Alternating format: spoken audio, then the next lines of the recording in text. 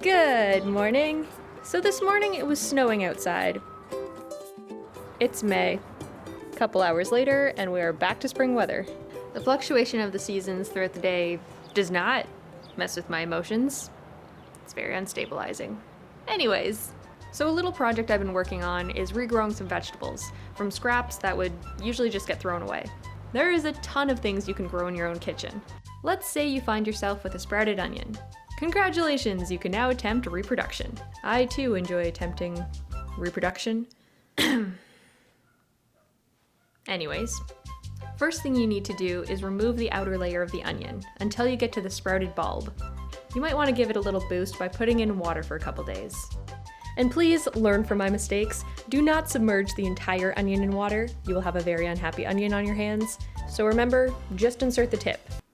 I hope the internet doesn't take that in another way.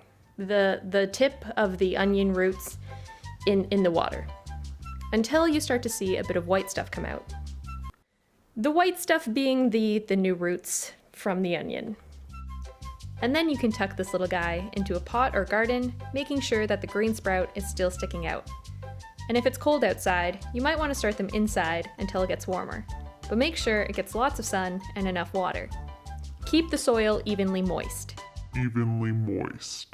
Generally, it takes 65 to 80 days for an onion to be ready for harvest. There's a couple different ways that you can try this, and a bunch of different vegetables you can do this with.